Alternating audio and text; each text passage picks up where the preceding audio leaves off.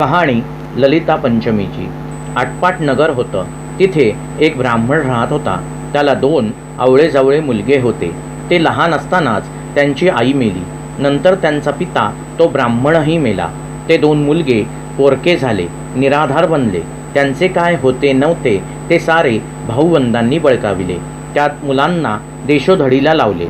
त्या निर्दयी लोकांमुळे ती मुले वनवासी बनली। रानावनातून काट्याकुट्यांतून ती मुले पुढे जाऊ लागली।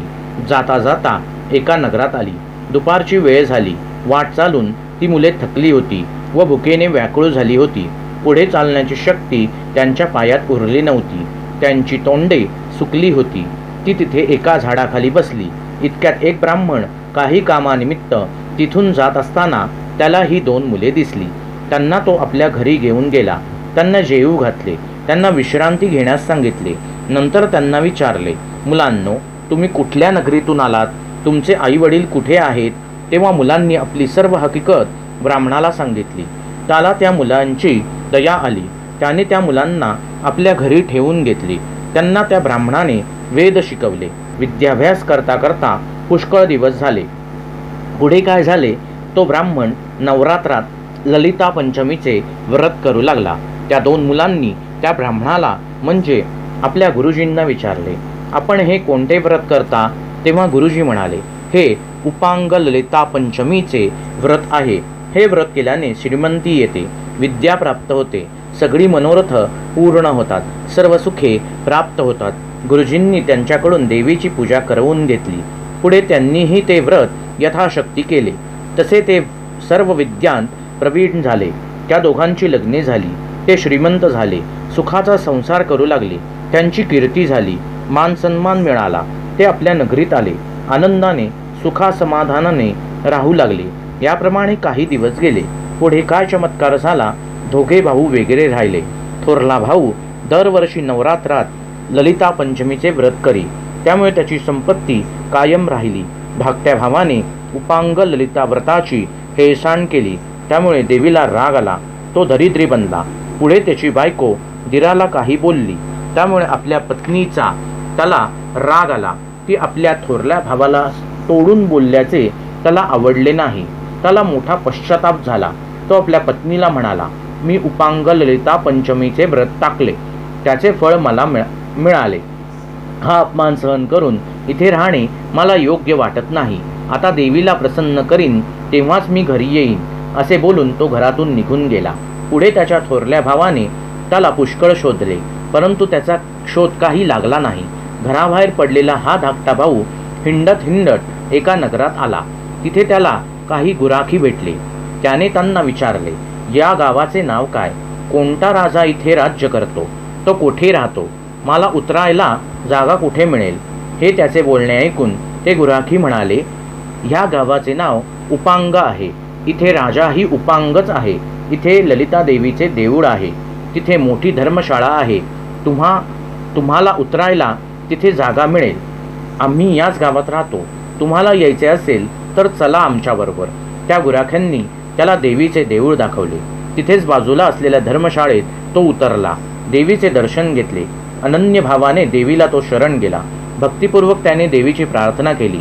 रात्री तो देवळातच निजला। देवीने स्वप्नात येऊन त्याला दृष्टांत दिला, राजाकडे जा, माझ्या पूजेच्या करंड्याचे झाकण माग, त्याची नेहमी मनोभावे पूजा कर, तुझे मनोरथ पूर्ण होईल। इतके बोलून देवी अंतर्धान पावली। तो जागा झाला। दुसऱ्या दिवशी तो राजाकडे गेला। देवीचा दृष्टांत सांगितला।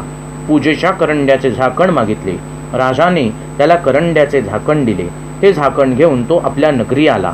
त्याला पाहून त्याच्या भावाला आनंद झाला। घरी आल्यावर तो त्या करंड्याच्या झाकणाची पूजा करू लागला। ललिता देवीचे व्रत मोठ्या श्रद्धेने करू लागला। त्याचे इच्छित सफल झाले। त्याची गरिबी दूर झाली। त्याला धनसंपदा सुखसमृद्धी प्राप्त झाली। पुढे देवीच्या आशीर्वादाने त्याला कन्या रत्नाचा लाभ झाला। तिचे नाव त्याने ललिता ठेवले। दिवसेंदिवस त्याची ती मुलगी मोठी झाली, मैत्रिणींबरोबर खेळायला जाऊ लागली। पुढे काय चमत्कार झाला? एके दिवशी ते करंड्याचे झाकण घेऊन ती नदीवर खेळायला गेली। नदीत उतरून ती स्नान करीत असता एका ब्राह्मण तरुणाचे प्रेत वाहत आले। तिने त्याच्यावर त्या झाकणाने पाणी उडवले तसा तो देखणा तरुण जिवंत झाला. देवीच्या कृपाप्रसादाने त्याला अधिकच सुंदर रूप प्राप्त झाले. तिने त्याच्याकडे पाहिले. त्याचे ते मनोहर रूप तिच्या मनात भरले. आपल्याला हा पती असावा असे तिला वाटले. तिने त्याला तसे सांगितले. तेव्हा तो तरुण म्हणाला, ही गोष्ट कशी घडेल? यावर ती म्हणाली, मी तुम्हाला घरी जेवायला बोलवते. जेवायच्या वेळेस आपोषणी हातात घ्या आणि अडून बसा, म्हणजे माझे वडील तुम्हाला विचारतील, तुम्ही आपोषणी का घेत नाही? तेव्हा तुम्ही सांगा की आपली कन्या मला देत असाल तर जेवतो, नाहीतर असाच उठतो, म्हणजे ते देतील. तिने त्याला त्याप्रमाणे आपल्या घरी जेवायला बोलवले. तो तरुण जेवायला बसू लागला. त्याने मुलीचे मागणे केले. बापाने मुलगी देण्याचे मान्य केले. आनंदाने व समाधानाने जेवण झाले. चांगला मुहूर्त पाहून लग्न लावले. नवरा नवरीची बोळवण केली. सासरी जाताना ती मुलगी देवीच्या प्रसादाचे झाकण घेऊन गेली. त्यामुळे मुलीच्या बापाला दारिद्र्य आले. त्याच्या पत्नीने मुलीजवळ ते झाकण मागितले. मुलीने ते दिले नाही. तिने तो रोष मनात ठेवला. एके दिवशी आई मुलीच्या घरी जाऊ लागली. जाताना वाटेत जावई भेटला. सासूने त्याला ठार मारले आणि झाकण घेऊन ती घरी गेली. इकडे मुलीच्या व्रताच्या पुण्याने जावई जिवंत झाला. उठून घरी गेला. त्याने बायकोला ती सर्व हकीकत सांगितली. देवीने आपणावर कृपा केली म्हणून तिला अत्यंत आनंद झाला. त्या दोघांनी देवीला वंदन केले. पुढे ही सर्व हकीकत सासूला समजली. तशी ती जावयाच्या घरी आली. त्याच्या पाया पडली. केलेला अपराध कबूल केला. तिच्या या कृत्यामुळे तिला गरिबी आली. तिचा नवरा नेहमी आश्चर्य करू लागला की वारंवार हे असे का होते. याचे कारण त्याच्या लक्षात काही केल्या येईना. म्हणून तो आपल्या वडील भावाकडे गेला. त्याला सगळी हकीकत सांगितली. तो म्हणाला, तू ललिता पंचमीच्या व्रताची हेळसांड करतोस, त्यामुळे हे असे होते. व्रत नेम व्यवस्थित कर, देवीची पूजा कर, प्रार्थना कर, म्हणजे तुझे कल्याण होईल. त्याने तसे वागण्याचा निश्चय केला. देवीची उपासना केली. श्रद्धेने देवीचे व्रत केले. त्याच्या मनातले इष्ट हेतू पूर्ण झाले. तसे तुमचे आमचे होत. ही 60 उत्तरांची कहाणी 5 उत्तरी सुफळ संपूर्ण.